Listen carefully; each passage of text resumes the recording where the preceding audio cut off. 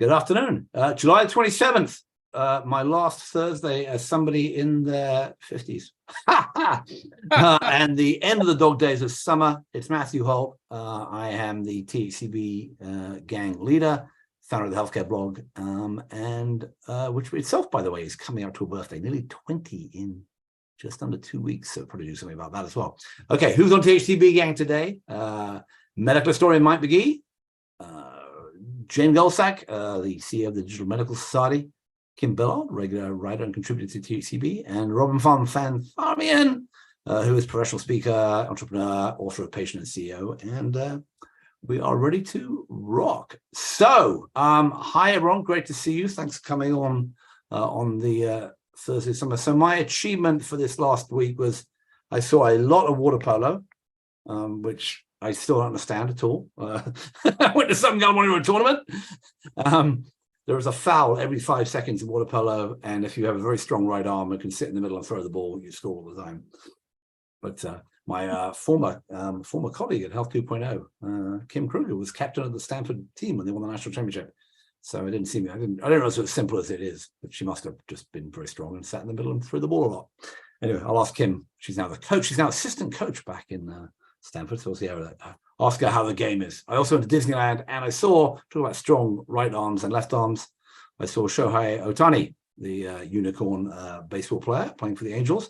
He gave up 4 home runs and walked 4 times, which by baseball stats must be a massive record that a pitcher would walk 4 times. Anyway, all right, enough of my gibberings of my last week. What have you all been up to? So I will ask and start with Robin. What have you been doing? I'll start with you. So I have been watching the generative AI space pretty closely. And in fact, I've added about 15 minutes of generative AI to my keynotes on artificial intelligence. And so if you saw earlier today, or it was late last night, Amazon just announced that they are coming out with their AI medical scribe, woo woo, which is essentially what everyone else is doing right now. So hang on. So how much of your talk is now written by you, and how much do you just have the AI write? It's the talk is still 100% by me, but what I've been doing is tweaking the titles using ChatGPT, and I just say make better, and then I put a colon and I put in a sentence, and every time it comes back with something amazing. Oh, I should just put my entire body in there and say make better and see what happens. Not much. All right, Mike, what have you been up to? What have you been looking at? Well, like probably half of the country, I did go to see Oppenheimer this week, and I thought was it a bomb? What's that? No, it wasn't a bomb. Good one though. Yeah. No, it was really, I thought, excellent and relevant and timely. There's one special scene there. I don't think I'm giving anything away, where Oppenheimer is speaking to Einstein. And the question is whether this bomb that they're about to test, whether or not the calculations show that it could ignite the entire Earth's atmosphere and destroy the Earth. And people disagree on it. So he goes to Einstein and wants to show him the calculations. And Einstein says, well, this is beyond my skill set here, so I don't really have a comment. And Oppenheimer says, well, what happens if it turns out that the calculations are right?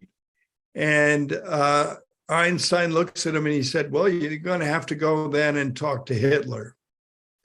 So I thought that was a very interesting point, in that if in fact you hand the world over to scientists without significant checks and balances, at some point you may not like where it all ends up. And so if in fact you even do get a warning that it's going to go to the point where you've managed to destroy human civilization, at that point, if you're lucky, you're going to be forced to talk to your enemy. So anyway, I thought it was instructive, and it was a terrific, entertaining movie besides. But I think it's worth seeing from the standpoint of how much power do you want to put in the hands of scientists without checks and balances. Interesting one. I suspect, same thing is true on global warming and Xi Jinping, right? Among other things. I guess we are talking to them on some things. I always found it was remarkable that during the height of the Cold War, a joint international team, including Russians and Eastern Europeans, under communism, and Americans and Europeans, everyone else, managed to fix smallpox. And it was a World Health Organization thing, even though the countries were at war with each other. And maybe there's some hope for humanity out of global health. But yeah, there are a lot of things going on between generative AI, global warming, and God knows what else that, things could happen in the future. Anyway, Kim, so that was me sounding about as depressed as I can get out. So cheer us up, be optimistic. Well, first, I'm surprised and a little disappointed that Mike didn't go see Barbie, which everyone else seems to have done. And Barney, that's tomorrow. It's tomorrow, Kim. Oh, okay. So there was a investigation in the Washington Post yesterday that they did an analysis of all the state medical boards to find out how many doctors were actually punished for doing COVID misinformation. And in all the states, all the doctors saying crazy stuff, only 5 people appear to have lost their licenses. So every time I start to feel sorry for the medical profession and, tough job, hard times, especially the last 2 years, every time I do that, I'm reminded that, it's not really a profession, it's a guild, and they're not really interested in, stopping people from doing bad things to patients. They're interested in letting people practice medicine and not letting other people do it. So I'm very disappointed, but not at all surprised by the state medical boards. Yeah, I was, the other thing that's sort of related to this is there was a thing on police reform I was listening to, and I forget who it was. Maybe I think it was the head of the NAACP, and I think he was talking about, could we get a national registry of police, so that if you're kicked out of one jurisdiction of being violent, you can't just go next door to the next state or next county and get a job. And I'm reminded that we've had a lot of trouble with that with nurses, and the nurse who was killing people, whatever, managed to go hospital to hospital. Same thing with doctors. A lot of stealth and secrecy in that, a lot of transparency, a lot of lack of transparency, and the areas where we'd like to know more. I have never read a positive article about what a good job any state medical board is doing at actively monitoring or disciplining the physicians in their state. There's never been a single positive thing I've read. This has come up, and Michael Millicent isn't even on the gang this week. Never mind. Talking about transparency and improving things, Jen, you've been busy this week at DiME, so tell us a bit about what you've been up to. We've been very busy, so I'm going to react to some of Mike and Kim. By the way, you do realize it's the middle of July. You're supposed to be lying on the beach, or whatever you're supposed to be doing in Florida. But here's the time. It's 4:00 in the afternoon in Florida. It's about to storm, of course. That's how we roll at about this time of day. It's about 98 degrees, 98% humidity, and you're going to see it over my shoulder before the end of the hour. So, Mike, there's a brilliant book, if you haven't read it, called The Fifth Branch, and it's by Sheila Jasanoff, and it's all about this notion of science advisors really being sort of some of the unofficial policymakers. And if you think about what we talk about so often here on a Thursday afternoon, if you think about Matthew, just like you were saying, around things like, global warming, it just, the energy crisis, there's so much that actually comes down to science and what we believe is possible and what we believe is sort of economically viable in a world of sort of scarce resources and opportunity costs. So I think it's a great one to bring up and a great example, although I'm also disappointed that you didn't go to Barbie first. And then I think the other one, Kim, I can tell you firsthand as someone who lives in Florida, I have personal stories of people whose primary care provider recommended to them that they didn't have the vaccine, that it was dangerous, and instead they should go on a very safe course of hydroxychloroquine. And it's mind-boggling. And of course, our governor wants to be the home to all of the people who are getting driven out of everywhere else. So it's a bit of a head scratcher and lots of questions. But at DiME, we've had a very positive week. So I think one of the things that has been exciting, notwithstanding, Robin, the rapid emergence of sort of large language models, is largely there's been a real sort of maturation of regulatory policy sort of governing digital health products. I actually went and took a peek at FDA's website the other day, and they've now got 24 guidances, final and draft, that are governing, digital health products. And, you can think about some of the software as a medical device guidance, and you might argue that it's better elsewhere, but we're still leading the way in terms of artificial intelligence and some of the more dynamic iterative products that change once they're on the market. And so actually what we launched at DiME this week, and we actually had a launch event with colleagues from FDA, was a new education course, actually, to really try and get the developer community comfortable with embracing regulatory strategy as a core component of good business strategy. And actually the gymnastics that we've seen happening around avoiding regulatory oversight is not going to serve you if you want to be a commercial success, if you want to get paid. And beginning with the end in mind and thinking about your regulatory strategy is actually a differentiator in a tough market. So that course launched only on Tuesday, and we've got thousands of learners already making their way through that sort of easy access platform, and hopefully something that could really help upskill the field and improve the quality of products that we're relying on, but also really try and help a field that's struggling a bit at the moment be thoughtful and intentional with their sort of strategic planning and grounding it in a more certain regulatory environment.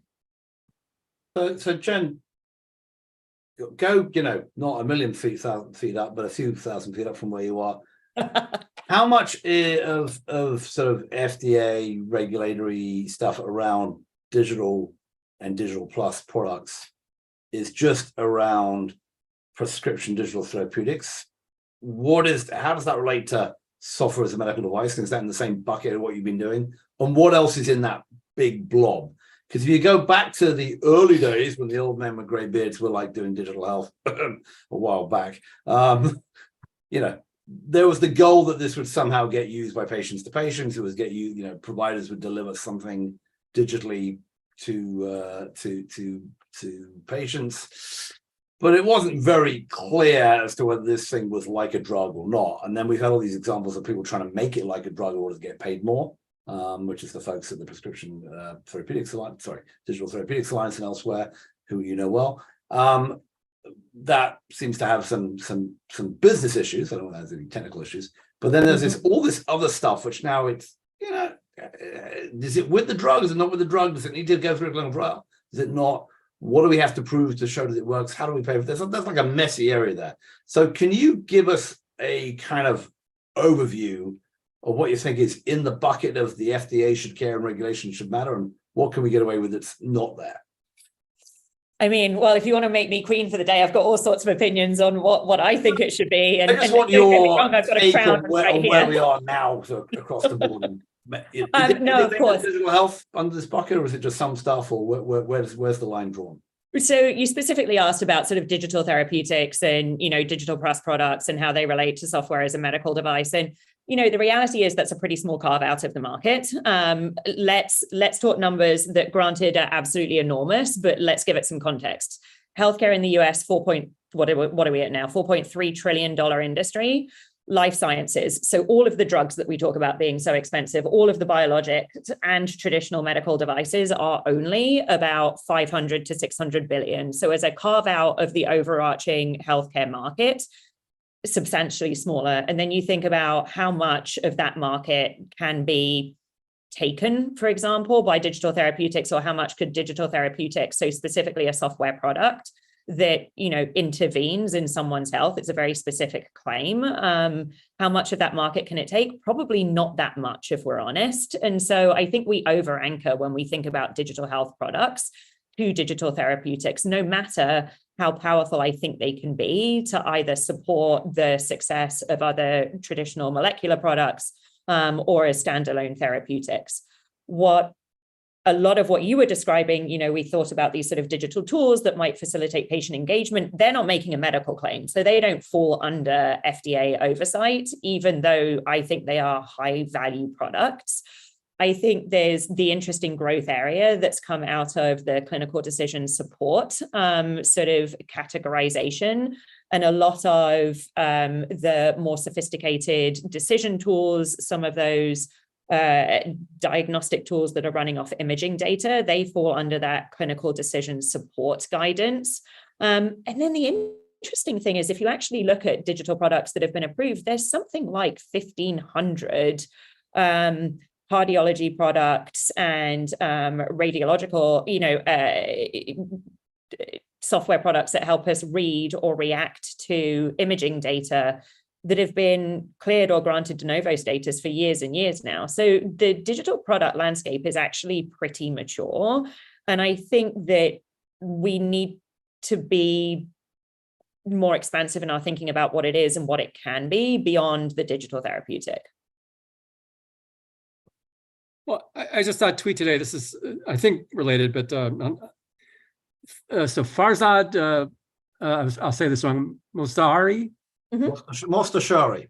Yeah, Mostashari. Most scary is one of what she's calling. CMS now has a code for an algorithm that pays on top of the CT scan. So we've got an AI code that is now getting reimbursed in the other CPT codes.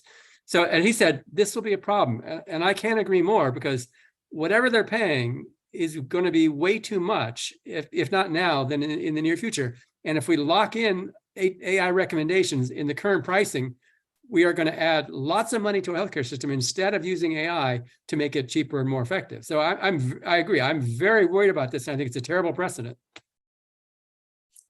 And yeah, I don't know whether you guys saw it's about 2 weeks ago, Steve Ratner had a article in the New York Times, and it read, "Full speed ahead on AI, our economy needs it."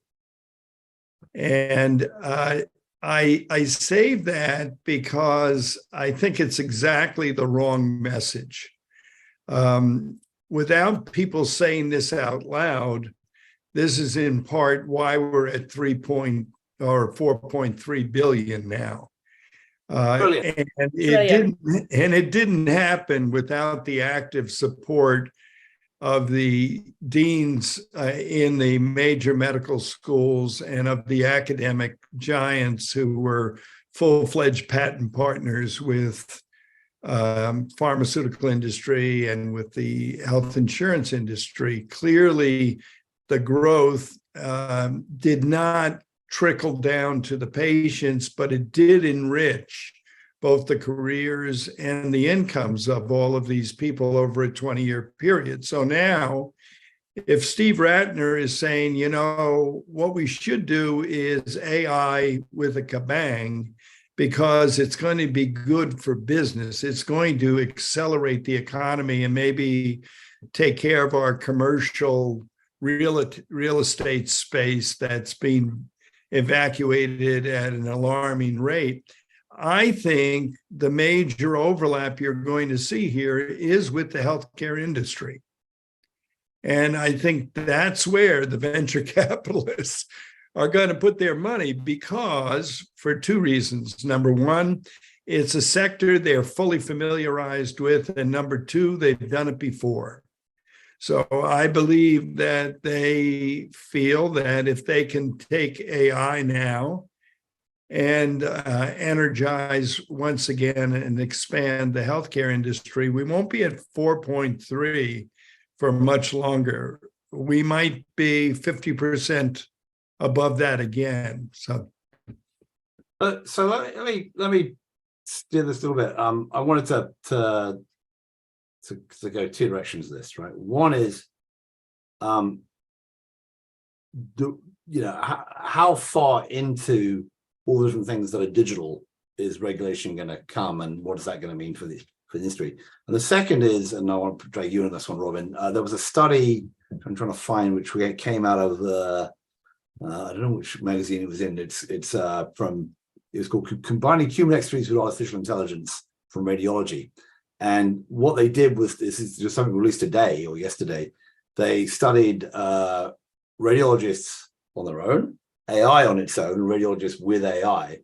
And everyone has been saying, well, if you augment the humans, they will get better results than anything else. And apparently the worst results came from radiologists with AI.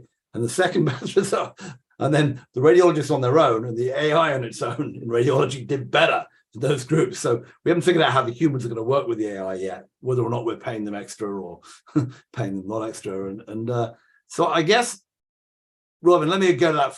We'll go back to Jen and ask her about where she thinks the regulation is going to go. But, you've been looking at this AI stuff a lot, generative. We've talked a lot about, you know, companies like Suki and Nuance and, you know, ChatGPT working with Epic to kind of reduce the documentation effect for providers. A lot of AI helping patients maybe do better sort of self-assessment, symptom checking. And then radiology, a lot of it's going on. But what's your sense about how much it's helping improving? Where are you? Give us your 15-minute AI speech in about 30 seconds. Oh, you know I can do it. Or 15 minutes, whichever is longer. So one of the companies I like to highlight in this area is Carbon Health. Carbon Health, as we know, is this hybrid model for primary care and urgent care. They built their own EMR, and they already have generative AI medical scribes. Now, these medical scribes are 2.5 times more detailed than human beings, and it takes only 4 minutes to do the clinical notes versus 16 when you have an actual human being. And those clinical notes are 88% accepted by the clinician, meaning it's 88% perfect, which is incredible if you think about it, because we're really at the very beginning of adding these AI scribes now to electronic medical records. And Jen, by the way, I have never taken so many notes during a healthcare blog. Can you see this? Like, I took a page of notes, which is what you were talking about. So that's a pretty big deal. I love it. I'm glad. Always here to bore people. Let me ask one, because you know, this is interesting. That's an area, right? So medical note taking, right? Obvious things to do. There was a study, and I can't remember the name of the company. A study who was of a company who were using an offshore team to correct AI notes, and you know, we're very upfront about it. Out of 200 people, it might have been Augmetics, might have been somebody else, but they were you know, doing a first pass and then sending that one back, and that was improving their accuracy rate to 95% or something. And I just got a ping from Suki, who wanted to tell me how they're doing it without using any human beings and how much better they are. You know, obviously there's a contest here to like figure out how accurate you can be. And even if you look at, you know, really basic stuff, forget tuning it for medicine, but you know, YouTube transcripts, auto-generated transcripts have got so much better. You can obviously tell that you know, some of them can even understand me. I mean, come on. So you know, it clearly that's an area that's improving. Well, somebody wrote just this week that so most of these AI transcription things still rely on human editors to look at it and approve it. And that's right. Like, so what we've now done is take patient information that's really fairly circumscribed and now expose it to like several hundred more people. So like, have we really thought through the privacy implications? Like, who all is seeing these notes, and you know what is happening in your exam room? So again, I think we're not really thinking through all this. You can say that, Kim. We've had offshore transcribing and onshore transcribing of patients, you know, of doctors, dictatorship forever. I mean, so I don't, you know, and yes, there are at least ways that you can control who's looking at what and who's doing what. So yes, I understand that, and at some point in the future, I'll tell you about this wacky thing I'm doing on privacy, which may or may not fix that completely or may have nothing to do with it.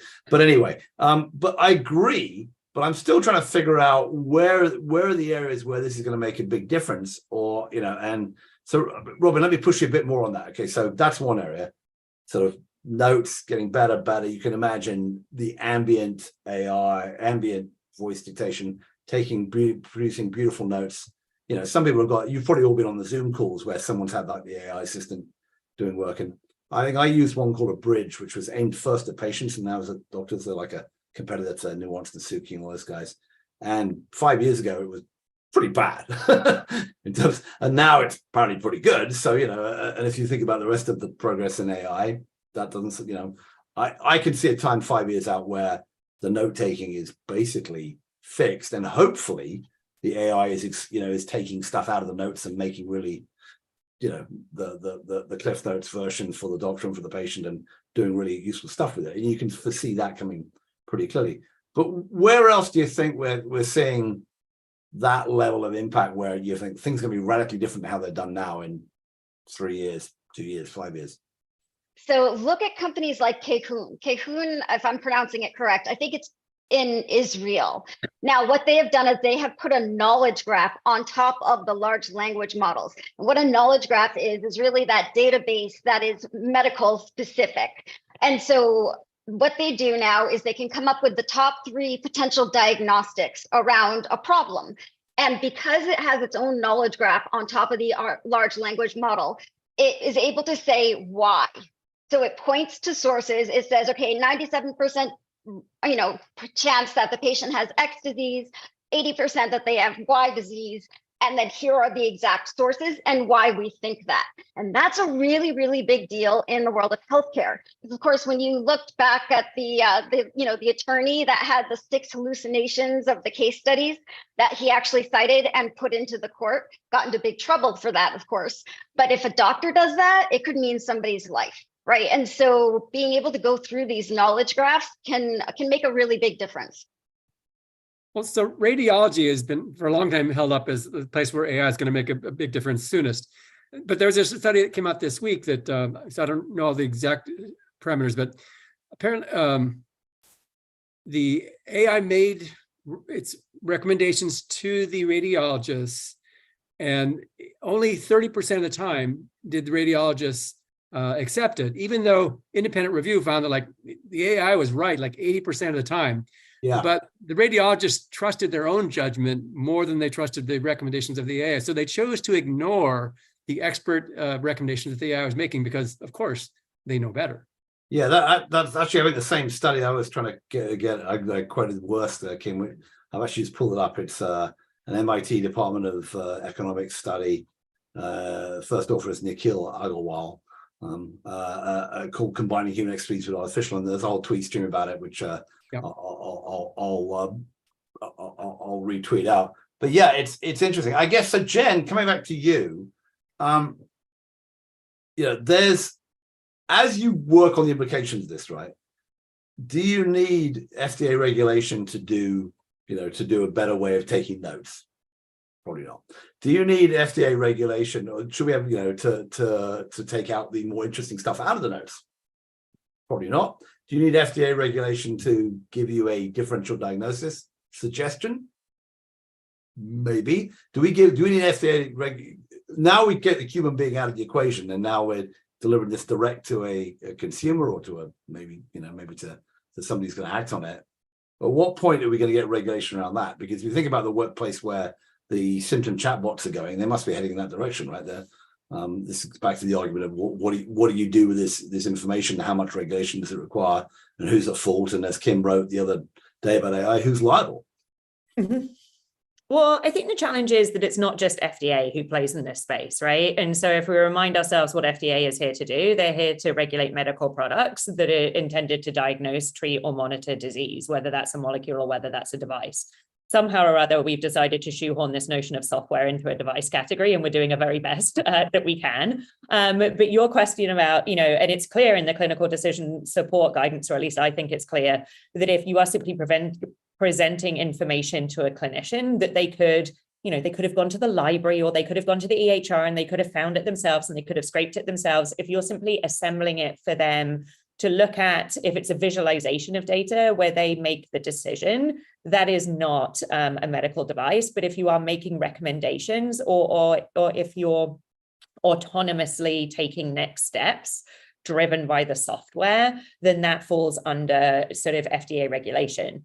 But let me stop you 1 second. Let's say you were a large insurance company, perhaps called Cigna, and you had a whole room of people who were actually, apparently according to ProPublica, going through doctors, going very rapidly through utilization reviews and all hitting deny at the same time based on some program.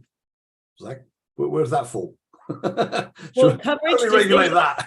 I mean, that's really hard, right? Because there's an argument that if you really, hypothetical, this is my opinion, and this is me being provocative here. There's an argument that, that's a treatment decision right there, right? Whether you're going to provide access to care, but we've never spoken about access decisions as treatment decisions, right? They're very different. But there's a sort of philosophical sort of rabbit hole for us to go down if we want to. But that would be an operational decision that's downstream of the safety and effectiveness of a therapeutic. There's also, although the question is who does regulate that, right? But that comes back to the fact that we actually don't have a clear North Star in this country about any kind of right to treatment whatsoever. And it's really hard to unpack the parameters of your insurance sort of contract and what you're eligible to be paid for or not, because it goes back to, and Kim and Matthew, you cited the study that gives us exactly the squishy problem we're trying to solve for, which is it's less about the decision maker, whether that decision maker in the example you gave is a radiologist or a piece of AI software. It's less about whether coverage decisions are being made by a person or by an algorithm. The principles of that decision are to deny coverage wherever possible and to optimize profits. And so we could put people, algorithms, or ham sandwiches into that chair, but the person or product in that chair is being tasked with denying claims and maximizing profits. And that's the problem. And I don't care whether it's a person or an algorithm, that's the problem that we need to solve for. We can't blame the technology. The technology is delivering what the system is asking us to do. That also, just to finish the thought, isn't FDA. And then your question about writing notes and access to information, that then becomes other government agencies who think about things like privacy. If we need a front layer on some of these sort of large language models to protect and firewall some of the data to allow access to the portal and the drafting of emails for the portal and the documentation of notes, there's actually some really good solutions. Mayo's doing great work where I believe they have a Microsoft-driven layer on top of their EHR in order to firewall the patient data from the algorithm, so it's not being used to train the tool. I mean, it reminds me all, everything you went through there of the situation we have with HIPAA and also with the communications, the CDA or the acts which dominate the internet, right? Where we chew on all this stuff in the HIPAA and we don't have a better view of it from a law passed in the late 90s, which really didn't anticipate the amount of online activity we have now, especially for non quote unquote covered entities delivering medical information and access to care. And then the whole thing about you can't sue an internet, you can't sue, Twitter or Facebook for stuff that's on Twitter or Facebook because they're just a platform. And clearly we haven't got the laws from 20 years ago or 30 years ago that should regulate that area in the way that we understand the way, and the EU's had its go to do this, that, and the other, and with its GDPR and other things. But we haven't really figured that out socially. Maybe we won't. And now we're dumping this AI stuff right in the middle, right? Which sounds to me like the laws we're trying to cover it with the different agencies that we're doing both here and internationally. But similarly, not really the right ones to cover this, and maybe it needs something new and different. I don't know. I mean, or am I being unfair with what you're seeing so far, Jen? I'm not convinced that we need to start with what's new. I think we need to start with a really detailed understanding of, based on the patchwork of agencies who govern all of these different pieces and the laws we have today, whether it's OCR, whether it's FTC, FCC, FDA, there's all of these different entities that carve out different areas of responsibilities. I think having a deep understanding of what do the laws and regulations that we have today, how are they appropriately applied to this new ecosystem? Because all of the ridiculous privacy suits that we've seen, the terrible violations of patient data because of the use of poorly configured instances of Meta's Pixel, there's laws that govern that. It's just no one's paying attention to it and no one's been enforcing it until recently. So I think we need to actually map what we've got first and then take a really thoughtful approach to addressing the gaps, because to your point, what we don't want to do is be sitting here a decade on, because we won't need to wait 2 decades this time, and be trying to unwind the inadequacies of what we put into place today. We have to think about new sorts of legislation and regulation that, to the extent to which we can, are future-proofed, because we've allowed them to contemplate a more dynamic market that we are contemplating and monitoring iterative processes, and that we're actually allocating budget to the agencies that we are assigning responsibilities for oversight and enforcement. All of those things have to come together first, in my opinion, before we start drafting new legislation and new regulation. Fair enough. Are you finishing the mapping a week on Tuesday? End of the day, actually.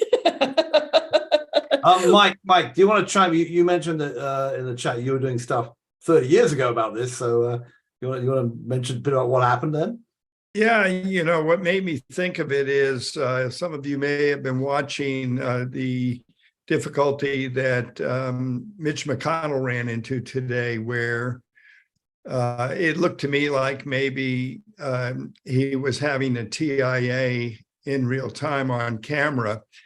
And a old friend of mine, John Barrasso, who was a physician broadcaster, along with Art Ulane and myself, Tim Johnson, and others, happened to be standing right next to him. And it's instructive to watch it just in terms of the empathy and how I'm used to seeing physicians behave when they have the opportunity to act in person and do their job well.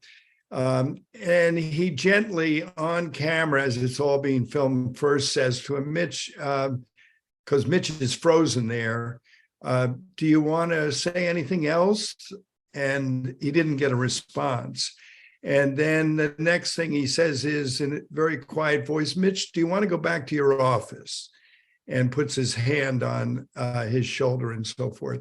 Anyway, watching that and seeing John now 3 decades after we worked closely together, it reminded me that we did create a code of ethics for medical broadcasters at the time, because we were concerned about an intermediary speaking to the specific needs, issues, diagnosis, therapy of a patient that you never saw. And of course, your job as a medical broadcaster on TV at the time was to interpret and so forth. And some people went too far. So similarly, I think with AI, we're going to be facing the same type of question. How often and in what manner do we intervene between health professionals and patients, and between patients and health professionals? Or, are we sort of coming to the conclusion we don't need these people anymore, and you can pretty much do this on your own, and it'll be more cost effective and so forth. Anyhow, in watching John, who has very different politics than me, but I had a very fond relationship with him decades ago, I was actually quite proud at that moment to call him a friend and fellow physician, because the way he took care of what is an older, sick man in a very difficult situation, he handled it really well. And it sort of reminds me that, you can't, without putting flesh in the game, manage these problems. There are some problems that can be managed, but there are a lot that cannot, and there's a lot that can go wrong when you think you're able to replace somebody, especially if you think you're either saving money by doing it or making money by doing it. A lot can go wrong. So, Robin, can I ask you to chime in on that one? Because there's a lot. You talked a lot about the issues of radiology, which is professionals. We talked a lot about the issues of note taking, but there's a ton being thrown directly at consumers to help them manage. It has been for 30 years on mine. But I mean, where do you think we're heading in that part? And are we able to? There's the empathetic and the level of care that But if you are the majority, well, now minority leader of the Senate, and you have a doctor sitting next to you, that's different than most people's experience, right? So where do you think that part is going with the sort of the direct to consumer part of AI? Well, sorry, that was for Robin, Mike. But sorry. No, go ahead, Robin. So do you mean essentially having an AI doctor in your pocket? I mean, because a lot of people, if you go through, I know they were in trouble now. Babylon was kind of going down that path. K-Health just got a bunch more. K-Health just got a bunch more money. You know, there's a bunch of others who are heading down that path. That's clearly Ada and others, and a bunch of European companies. Symptom checking plus. You know, a lot of this is, and there are people. We talked about access earlier, right? Jen mentioned access. A lot of places where this may be as good as it gets for access, but again, how good is it going to get, and how much regulation or care is required? So it's going to get better and better the more it's used. Of course, that's one of the big things about machine learning. What will make it better are the sensors and the algorithms that take the sensors into account. So what I mean by that, imagine something using PPG technology, photoplasmography. That was commercialized in 1982. It's what pulse oximeters use on the end of the finger already. But with artificial intelligence algorithms, we're able now to pull out 13 different clinical grade vital signs when you use PPG technology on something like the chest. Right. And so it's going to come down to how good is that AI interpreting the different sensors on the patient's body. And at that point, it gets significantly better than any type of offering we have now. And the reason is because most of us do not go to a doctor until we cannot continue to ignore the problem. Right. You see this with neurology, and especially in Alzheimer's. People don't go to see a neurologist until they're 1 or 2 or even 3 years into something like Alzheimer's a lot of the time, because they don't actually want to see someone until it's really at that breaking point. And so being able to monitor patients in the home 365 days a year, doing it seamlessly with even potentially subcutaneous sensors like the continuous glucose monitors. But imagine that, another type of sensor that's able to take all of that. I think it's going to be actually better than seeing your primary care physician once a year. So you may have seen that the politically odd couple of Lindsey Graham and Elizabeth Warren made an announcement today about creating a new federal agency on, to do tech. They realize that, social media has gotten beyond them, AI is getting behind them. So we need a new agency. And I would say that's completely the wrong solution. I agree. They're not handling it well. But the problem is that the federal government, local governments, many businesses aren't taking technology seriously enough.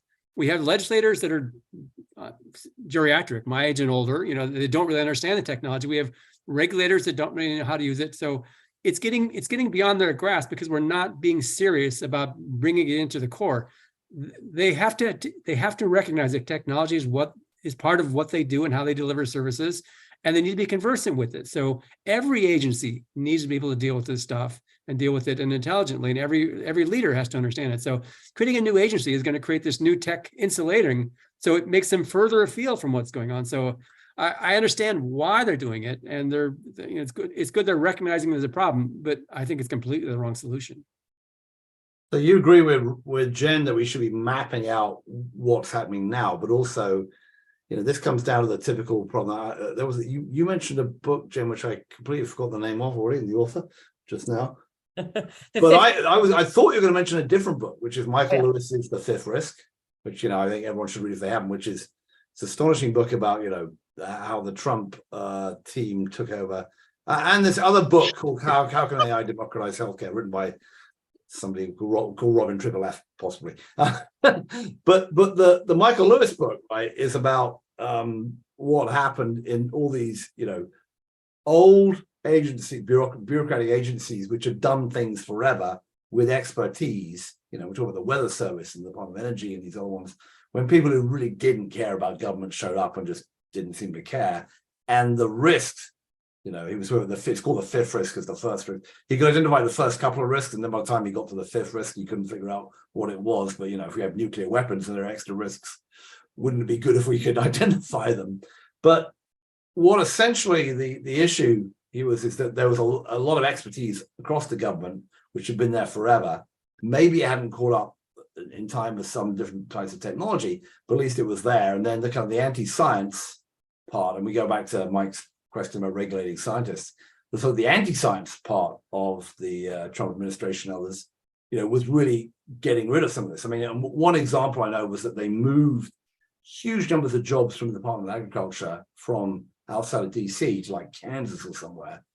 They said they were saving money, but what it really meant was a whole bunch of very senior scientists there all quit because they were close to retirement, didn't want to move to Kansas, and and you lost all this knowledge out of that. So I'm wondering if that you're arguing, Kim, for like, I don't know, somehow bringing more knowledge about this stuff into the federal government. We have had the digital health service, sorry, the not digital health service, the digital service, what's it called? I know that Genpact. Yeah, I wrote about her new book a couple of weeks ago, Recoding America. So she points out that there are actually a lot of very smart people in the government, even people that understand technology, but they don't usually get a chance to really influence it. She said, if they're told to build concrete boats, this is her technology. If they're told to build concrete boats, they'll build concrete boats because that's what they're told to do, and it's too much to do. So they don't get to do the right things for people. They're told to outsource all this stuff to other people. So instead of the government really understanding this stuff and doing it better, they're just outsourcing stuff and building stupid stuff that isn't going to be survivable. So it's the U.S. Digital Service. Thank you, Jen. So Jen, is there something that we can do beyond mapping what's going on and making people aware of it, in the private sector? Something we can do to level the thing for all boats, whether they're concrete built or not. I mean, I think here's the issue, right? Is that there's an enormous skills gap that underpins the use of these technologies, regardless of whether it's in healthcare, regardless of whether it's in the Department of Transportation, regardless of whether it's in the Department of Agriculture. We don't know how to harness these things. And Kim, to your point about, gosh, should we just add another agency that's another siloed vertical? No, we have to think about this as a horizontal, and then we can start to actually think about one of the greatest challenges that's going to come for public health in the coming decades is actually going to be as a result of climate change. So then how are we thinking about these data, and how are we thinking about the impact on the environment, on fuel, on transportation, on energy, on health? There's an opportunity, I think, to actually monitor and create best practices that allow the translation of really terrific technologies and the reapplication of skill sets from different industries in a very agile way. If we can actually create regulatory incentives to do it, I think that's really important. And if we look at it only within healthcare, let's actually look at a bit of the conversation we've had today to talk about how quickly siloed we get in our thinking. We continue to have a really interesting conversation about the use of AI, but we keep on thinking about these individual use cases. So Mike, you make such I think, an important and compelling argument for the role of the physician, but yet we end up having this conversation about, is doctor software coming to replace the physician, rather than thinking about the fact that 1 in 2 counties in the US have absolutely no behavioral health services in the county whatsoever, that 50% of Black Americans live in a county with no heart specialists whatsoever. So instead of thinking either or, we have to have the technical savvy to be able to pop our heads up and say, actually, it's not either or. But if we can use the technologies that Robin was describing to unlock even 30% of additional capacity, because we remove the documentation burden and the portal burden and the risk of burnout and the prior auth and all of these sorts of things. And then we can extend that existing clinical workforce, not just to the people within a 15-mile radius, but to wherever the need is, because we also have telehealth and we have remote patient monitoring, and we have this sort of reimbursement practices and state licensing and regulations that actually support this. We can do what we were describing about catching things early and before they're expensive and catastrophic. I'm actually on Moffitt Cancer Center for an offsite for CancerX today, which is our public-private partnership, really looking at harnessing the power of innovation to achieve the goals of the cancer moonshot. There's just so much opportunity, but we don't have the skills to have these kinds of strategic conversations. We just want to set up another agency, or we want to get into an argument about what's the state of FDA regulation based on, failing digital therapeutics. Like it's frustrating. Yeah, I don't disagree with you, Jen. And I also am sympathetic to what Kim was describing. I think the risk is that inadvertently, you may actually reinforce a broken system that desperately needs to be rebuilt around the basic question, how do you make America and all Americans healthy? The health provider crisis that we have is part of the problem, but it's self-made. And I don't see health technology as correcting that, whether it's from the equity standpoint or whether it's from the preventive standpoint. It's fundamentally broken and needs a reboot. To give you an example, number one, I have 10 grandchildren. I was speaking to one of them, Quinn, who's a 14-year-old boy. We were talking about AI. And he said, well, you're not going to be able to prevent change. These change things are going to happen. So you've got to just figure out how to deal with it. You've got to, come to a conclusion how best to utilize it. And I think you all would agree with that.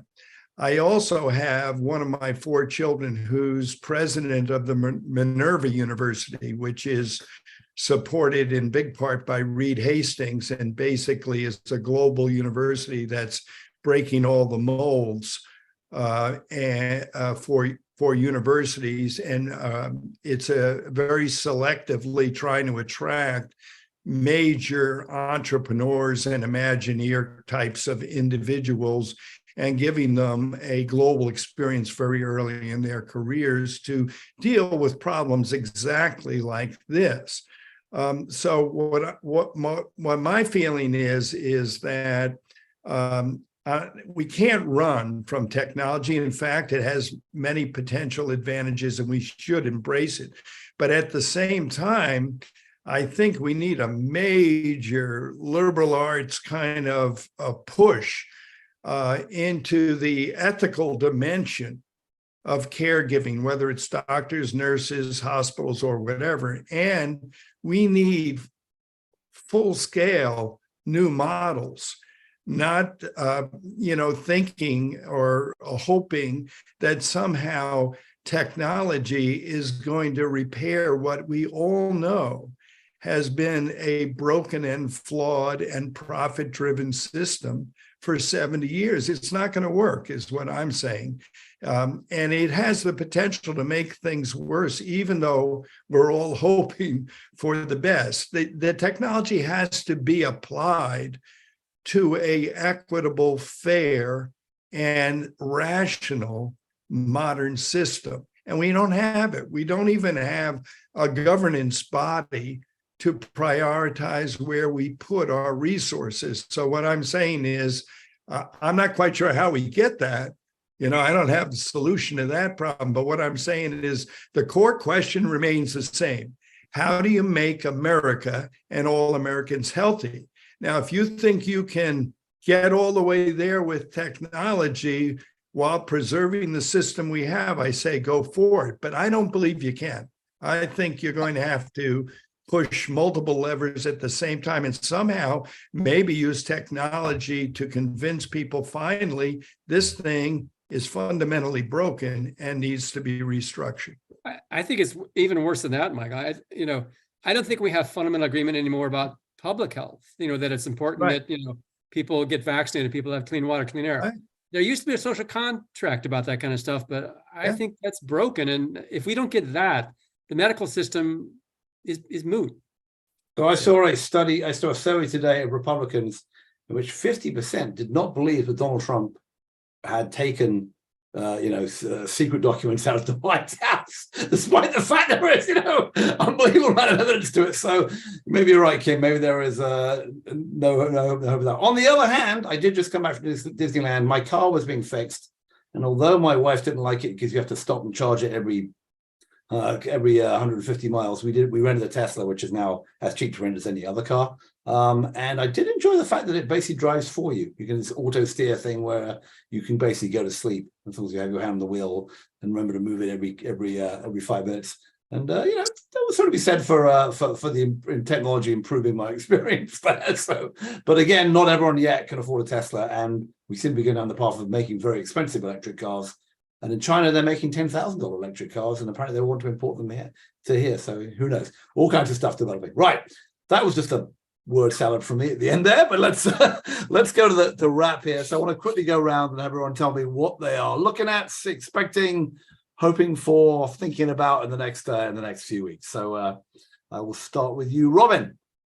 So of course, I'm really watching the generative AI space, and I'm also watching the FTC that came out about a week and a half ago on the 13 different guidelines that they look at for mergers and acquisitions and anti-competitive areas. And so those are the two areas I'm looking at right now. Yeah, anti-competitive actions in healthcare. Couldn't imagine that. Mike.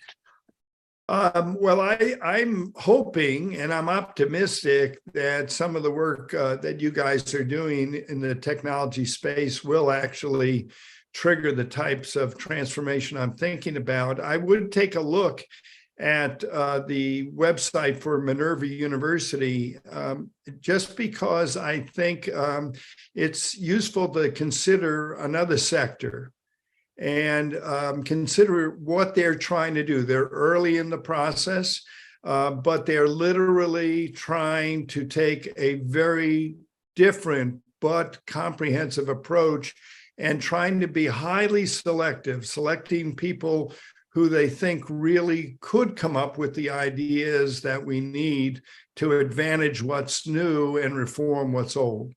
Yeah, and if there's one area that costs have gone up even more than healthcare, and productivity / outcomes have probably not been much better, it's higher education. So that's right. Interesting. Kim. So there's a slow motion train wreck going on that I think previous speakers and other weeks have talked about. So ever since the pandemic emergency is over with, states are redetermining Medicaid eligibility. So Kaiser Family Foundation is tracking it. To date, 3.7 million people have lost coverage. 80% of those are for procedure reasons, not eligibility reasons. It's going to get worse and worse. And if you think, those darn red states, California is the third worst state for cutting people off for procedure reasons instead of for eligibility reasons. So what the number is going to be, is it going to get as high as 15 million? Maybe, but whatever it is, it's terrible. Yeah, I always remember one of my very first conferences I went to when it was a Medicaid conference, and someone of the speakers said, it's very interesting because we have different plans for Medicaid, we have a different system of Medicaid, and we say it's going to be good. And I thought separate but equal wasn't necessarily the way the things are supposed to be done in America. But yeah, Medicaid's still absolutely one to watch, and it's a slow motion train wreck, and the train wasn't that great. Put it this way, the compartments on the train weren't that fancy in the first place, and the speed wasn't that great. So we'll see. All right, Jen, as you've been the one working hard this week, you've got to tell us what you're up to next and what you're looking at next. Yeah, so what we're hoping is that the course that we released this week as part of the Digital Medicine Academy, this idea of really trying to upskill the field.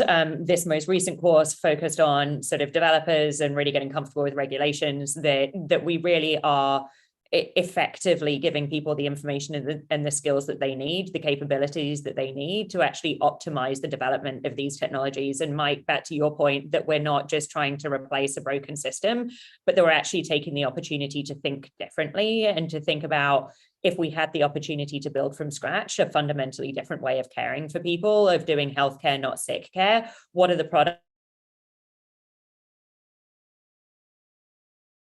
That's the ultimate goal. So we're focused on that. And then, as I said, away on a Cancer X retreat now. So stay tuned for some big announcements coming on that. Looking forward to hearing all about that. If you want to know more about that, it's dimesociety.org, as in 1/10 of the dollar society.org, where you can find Jen and all that information about the numerous things Digital Medicine Society is up to. All right, and with that, we are done with another perfectly, actually fascinating discussion, that one, all about generative AI, decision support, all the related stuff that's changing in medicine. This has been THCB Gang. I'm Matthew Holt. You'll get my guests this week were Mike Magee from the wilds of Connecticut, Jen Goldsack from the not yet blown off in stormy, but apparently water as hot as a hot tub state of Florida, which probably doesn't sound good to me, not to mention what the hell your governor is doing with his explanations of how, the slaves were happy because they got taught how to be a carpenter or something. And Kim Bellard from the placid Midwestern state of Ohio, Cincinnati, and Robin Farmanfarmaian from the extraordinary and very clean city of Palo Alto, California. That's it. I'm Matthew Holt. Thank you very much for listening to THCB Gang. We'll be back next week on all this with another gang to discuss all the stuff that's changed between now and then. But for now, thanks a lot for listening or watching, and goodbye.